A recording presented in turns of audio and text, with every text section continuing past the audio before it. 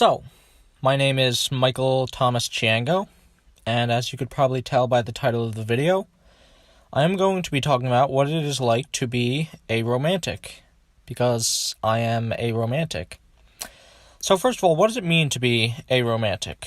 Well, it's not exactly the same thing as asexual. Asexual basically means that you don't experience sexual arousal, so you're not sexually attracted to others, and about 1 to 1.5% of the population falls under that spectrum. But then you have people like me who are aromantic, which basically means that I don't experience any forms of romantic attraction, which sounds kind of odd, but it's a thing. I mean, I couldn't exactly find any data on what percentage of the population identifies as aromantic, but, they definitely exist. And the thing you have to understand is that sexual attraction is not exactly the same thing as romantic attraction. Because even though the two often go hand in hand, sometimes they don't. Romantic attraction is kind of difficult to actually define, but basically it would be described by most people as the feeling of being in love or, having a crush on someone. And I've never really experienced that. I've never been in love, I've never had a crush on anyone, I've never dated, and I've never had the desire to date someone else. It's just something that's not important or attractive to me at all. Now, with that said, I don't experience romantic attraction, but I still experience sexual attraction. I'm heterosexual. I definitely enjoy the female form, but, never in any kind of relational way. Like, if there are other girls that I interact with, it's always in a platonic way. So, now I know what you might be thinking. How did I come to the conclusion that I was aromantic? Because, usually when people share stories about being gay or bi or something that, there's usually tell about a point where it just clicks, like where they weren't fully aware of that aspect of themselves originally, but it suddenly just dawns on them as they come to reflect on past experiences. For me, the thing that made me realize that I am aromantic was very odd, maybe something that you wouldn't expect, maybe. You see, I've never really been that much of a social person. When I was a kid, as a young teenager, I didn't talk to that many people. I was very antisocial, so for me, I never really indulged myself in any of the relationship drama or anything like that in high school. Like, I hardly had any friends, and I just kept to myself, so I don't really think I had the experiences that most people probably do when they are young, so I had a very skewed perception of what was normal. Like, for me, I just wasn't into a lot of things that other kids were into. I was an extremely odd person, maybe the most unique person in my school. I'm definitely still very weird, and I think I have an incredibly standout personality, for better or worse. I mean, for crying out loud, I'm basically the only vocal atheist in a Catholic school, but you get my point. I was into a lot of things that my classmates were not into. Like, I was into studying a lot and reading the entire Bible cover to cover twice, and also studying a lot. Did I mention that? And my classmates were into a lot of things that I was not into, like going to sports games and talking shit about the teachers and, dating. And for me, because of all the other huge differences there were between me and most of the other members in my school, I didn't really put too much thought into the fact that even though I was a developing teenager, I never even developed a semblance of romantic attraction to a girl like other kids. I actually thought it was more like a choice at the time. Like, as if people can really choose who they are attracted to. But again, that was my mindset when I was younger. I actually sort of saw myself as superior to other kids, weirdly, for the fact that, while all those other kids were, going on dates and stuff and smooching. God, that is such an aromantic way to say that. But yeah, while other kids were off doing that stuff, or at least I assume, I don't know, I wasn't there, but I clearly had more important things to do, living it up, crying myself to sleep every night because I got a 95 on my test instead of a 100. This is a little PSA moment. Listen up, little kiddies. Perfectionism is bad. It's very bad. Don't do it. But anyway, if I can try to circle back to my original point, even though I had very few people in my school at the time that I talked to on a regular basis, oh boy, did I watch a lot of YouTube. And the type of content that I watched on YouTube was quite varied. I watched all kinds of stuff, and one of the things in particular that I liked to watch a lot was channels talking about cartoons, because I liked cartoons a lot, and I still do, for sure, but Yeah, cartoons are great. But anyway, in regards to YouTube, I sort of go through phases where I will, be interested in one particular thing and then move on. And a few years ago, I don't really remember exactly when, but I got into watching cartoon crushes videos where, guys and girls on the internet talk about cartoon characters that they used to be attracted to, which, by the way, is totally normal. But anyway, something stuck out to me when I was watching these videos. The people in the videos were talking about having crushes on, like how they were talking about having crushes on these cartoon characters before they hit puberty. And this was really weird to me because I was like, well, how can you have a cartoon crush if you haven't developed sexual attraction yet, which takes place during puberty? So this is where I sort of got the idea, like maybe there is a little bit more to it than that. I didn't have a term to describe myself yet, but I had kind of figured out by that point, along with the help of Cartoon Crushes videos on YouTube, that there was definitely something going on with me that made me a little different from other people. And then eventually later, when I was researching asexuality, because, I was curious about different sexual orientations, and I wasn't exactly taught basically anything useful because, Catholic school, and I came across the knowledge that there were some asexuals who, despite not experiencing sexual attraction, still desired non-platonic companionship, but there were also some asexuals who were also aromantic, and right there I was like, wait, yeah, that's totally me. I'm a heterosexual aromantic. But I think the thing that really sealed the deal for me and fully embracing the fact that I was aromantic was waifu culture. I mean, wow, I'm just picking the weirdest fucking topics to make my points, but really, so yeah, waifu culture, what is it? Well, basically, people on the internet who don't have girlfriends fantasize about what it would be like to have some of their favorite anime characters as a romantic partner. So this is kind of similar to the childhood crushes thing I was talking about earlier, but except it's adult cartoon crushes with much more lewdness, but which is again totally normal. But for me, an aromantic person, I've never truly had what I would consider a waifu. Oh, the scandal! I guess that means I'm not a real anime fan. But seriously though, like let's take the lovely Yang Xiaolong from RWBY. So she's one of my favorite characters from the show. I really like her. Very fun, bubbly, energetic personality. Like she's a badass, and of course she's extremely hot. But I feel like if she was a real person, or I were transported to the world of Remnant, it'd be really cool to hang out with her, but, like, the thought of actually dating her would never enter into my mind. It's just not, like, something that I would think about at all. Now, so yeah, that's my cartoon crushes and, waifu culture explanation of aromanticism. But, yeah, but anyway, back to the topic though, sort of going to more in-depth explanation. Now there are some people who like me are aromantic, but are still sexual and enjoy the old beast with two backs routine, if you know what I mean, like not just aromantic and asexual, which I don't have a problem with. Like I'm of the opinion that if you want to have consensual sex with a partner, there doesn't really necessarily need to be romantic feelings involved, but that kind of thing is just not for me. I can't ever see myself getting into a sexual situation with another person. I'm generally just not I'm generally a very touch-averse person. Like, for example, I don't even do high fives or fist bumps or anything like that. I guess you could say I'm really the best kind of person to handle this current crisis going on in the world right now. But yeah, I'm 18 years old. I'm a virgin. I don't feel any shame in that, and I don't think a person should feel shame. I mean, I'm not comfortable having sex with another person, and I don't do things that make me feel uncomfortable. And maybe that'll change, and I might be more open to having sex in the future, but for right now, I'm fine. And as for, sexual satisfaction, well, I mean, the great thing about no longer being Christian is that I don't have to cut off my right hand when it offends me, wink wink. So okay, so we've established how I managed to figure out that I was aromantic and a bunch of other stuff. But now, how exactly do I feel about it?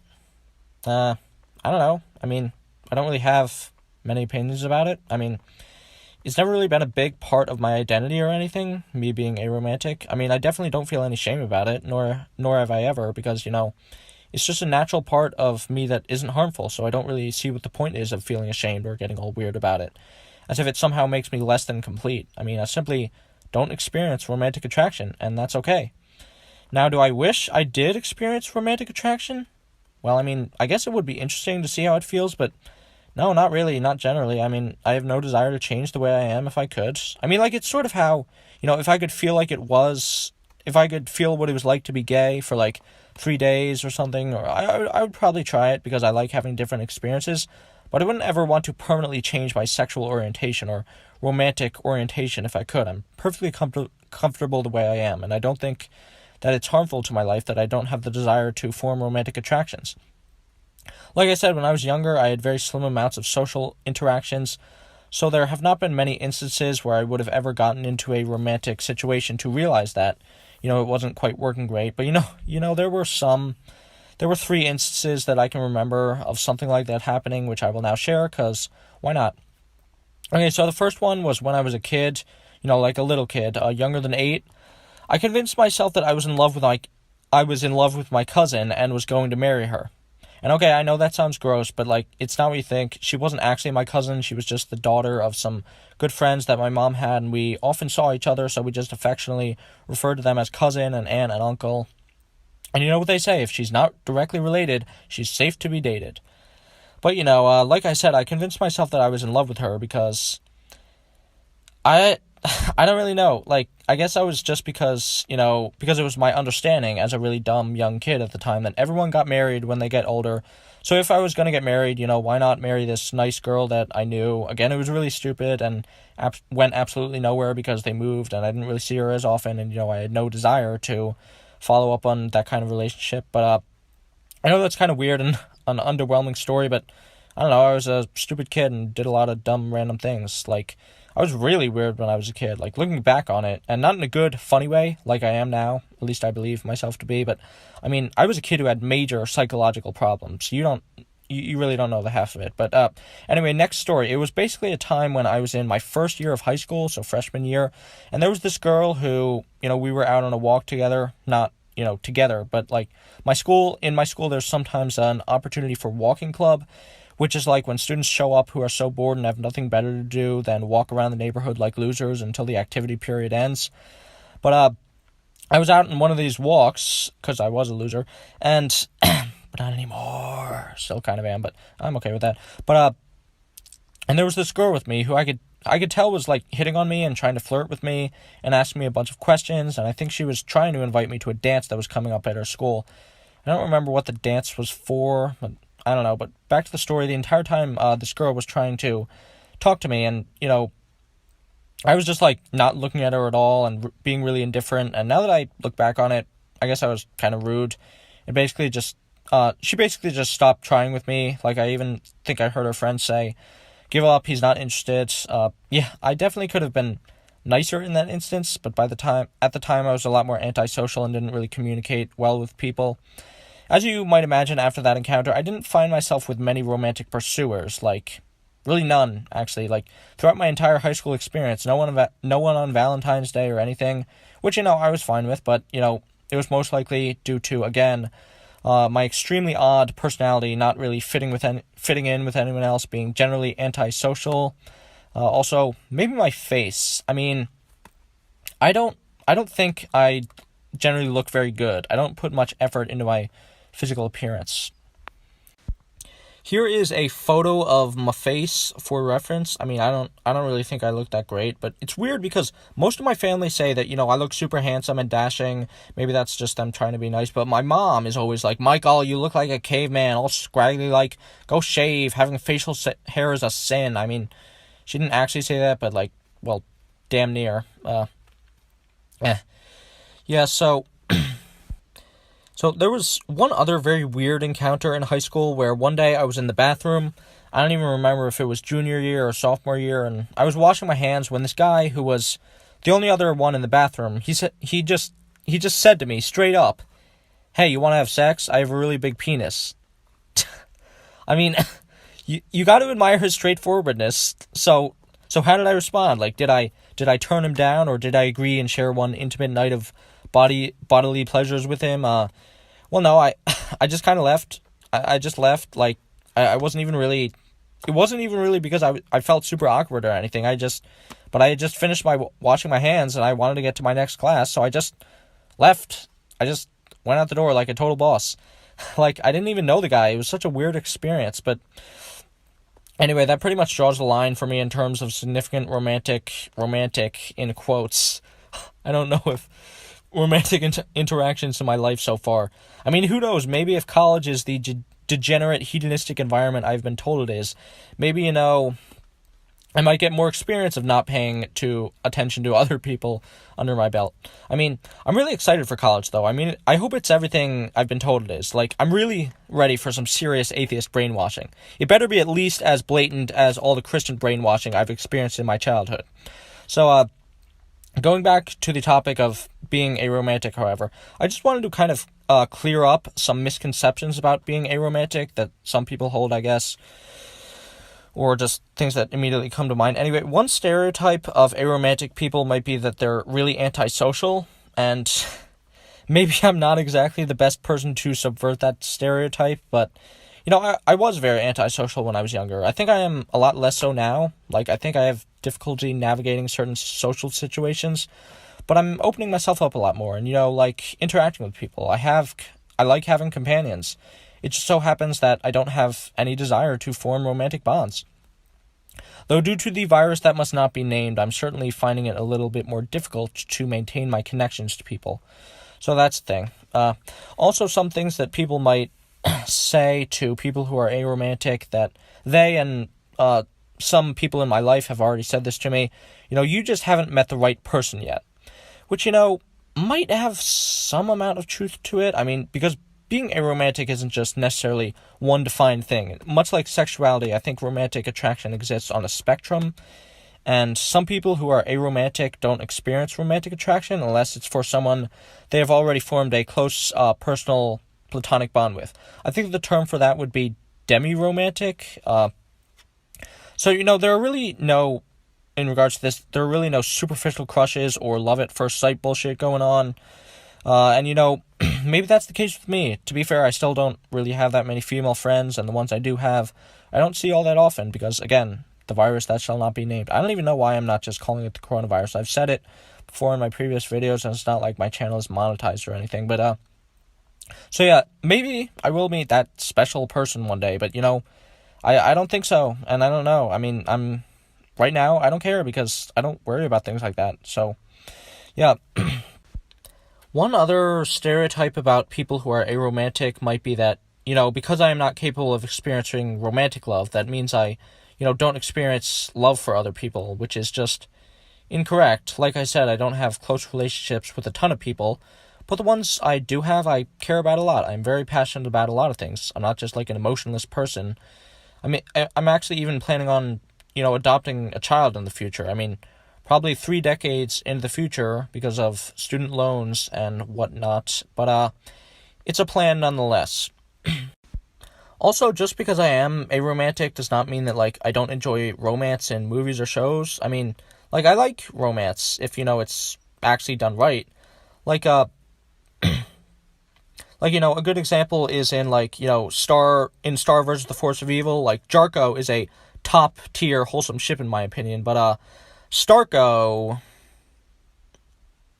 Get him away from me! Hold him down. Oh, God! Also, Tomko should have been endgame, don't at me.